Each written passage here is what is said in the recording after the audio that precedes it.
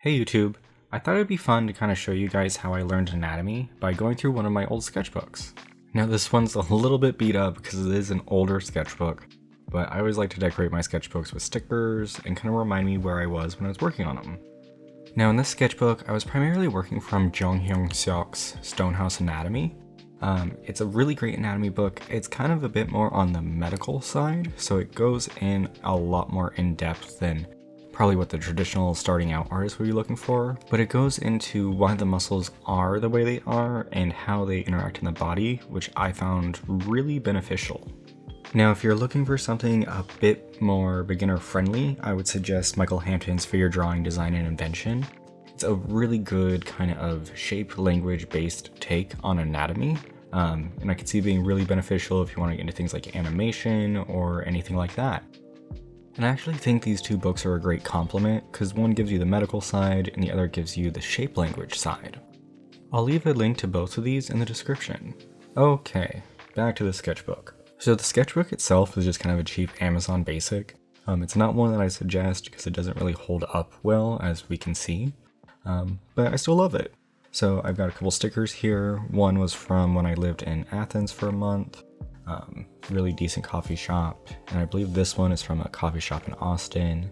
And the Shine On actually glows in the dark. It's from Chutzpah, which they're a really fun design agency if you're into graphic design. And this one is going to be from MNKR, who does like t-shirts and stuff.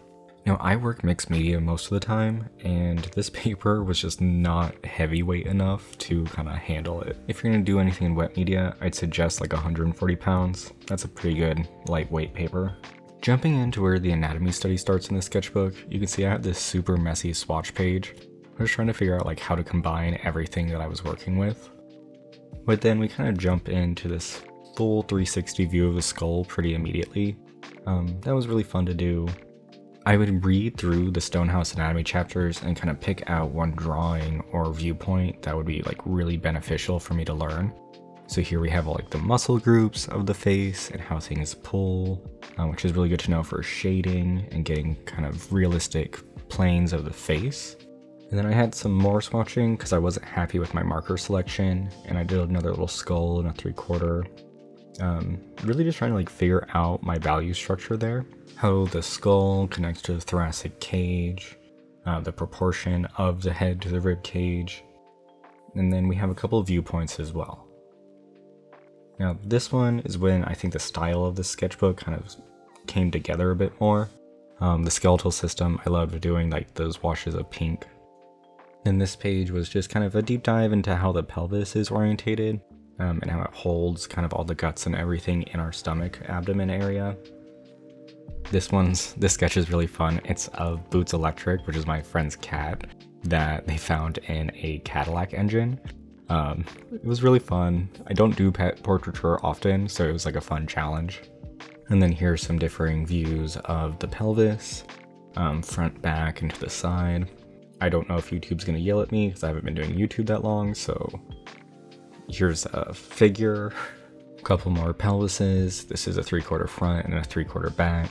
I think one of the things that Stonehouse does really well is it explains not only like where the bones are and what they look like, but how they impact the form. Oh, and here's some hands. I think this is using the Michael Hampton construction technique.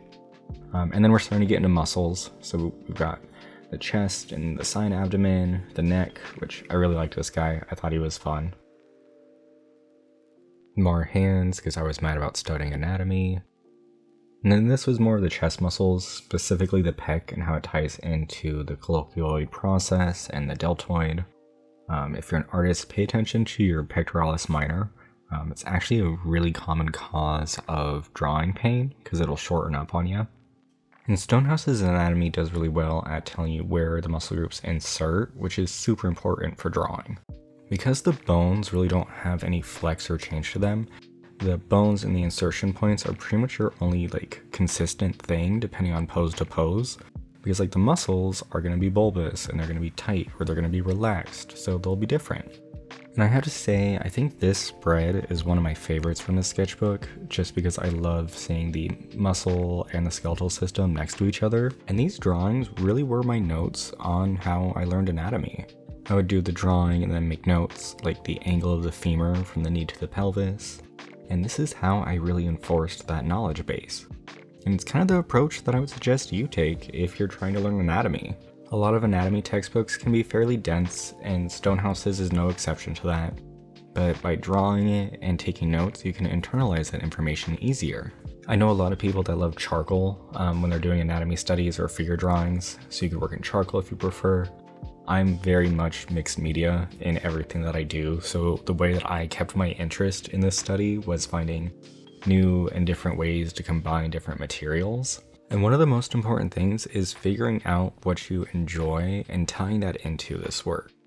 Stonehouse's anatomy is about 700 pages long, and I read every single page of it while I was going through this study. And because I stuck with it, my figure drawing skills and even my portraiture got a lot better because of it. And one thing that I did with this, what I would suggest that you do as well, is to do poses in the skeletal system, muscular system, skin on top.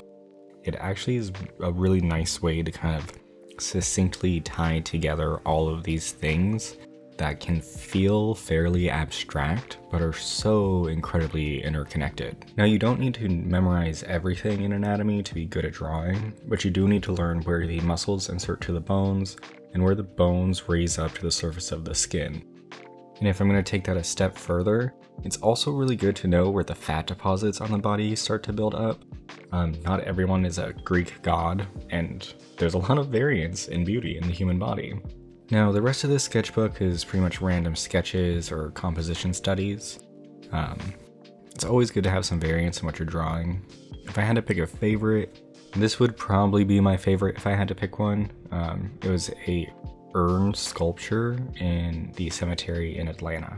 So I hope you enjoyed this sketchbook tour and kind of my musings on learning anatomy. It is a very complex subject, but it's ultimately incredibly rewarding. For my process on these, I use the Pentel pink brush pen, which I believe is discontinued, water brush, and that's how I got those gradients around the skeletal system. The Pentel Grapher mechanical pencil, which is just luxury. I also kept a Delgard on hand, and that's what I used with the pink lead that I used throughout the series. And then for the pink lead, that's going to be the uni lead. It comes in like 5 or 6 different colors. It's erasable. I really liked having 2 mechanical pencils because I didn't have to switch back and forth, but would highly recommend that. For my eraser, I believe I used a kneaded eraser, but also a high polymer. This is a good Pentel brand. High polymer erasers are just great for graphite. And then this is the mono click eraser, which is just good for little details and small edges. I prefer this to kneaded erasers, to be honest, but either will work. I also got an assortment of Copics, so I ended up using the V15, V12, and the V04. And these I layered on top of the Pentel pink brush pen, and that allowed me to get the muscle definition. If I did this series again, I'd probably just stick to markers for the muscles, but that's just me. And then I always have a Prismacolor Kohl Erase on hand. These two, unfortunately, are discontinued, I believe. And then for kind of the white backgrounds and white highlights, I use the Liquitex Acrylic Gouache. This is a great gouache if you just want really opaque coverage. It was kind of nice for the highlights. Now, if you want to give any of these a try, I'll have links in the description and you can grab them there.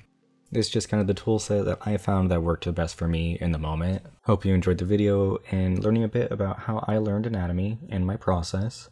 If you liked this video, give me a like, and if you want to stick around and see more, feel free to subscribe. Bye!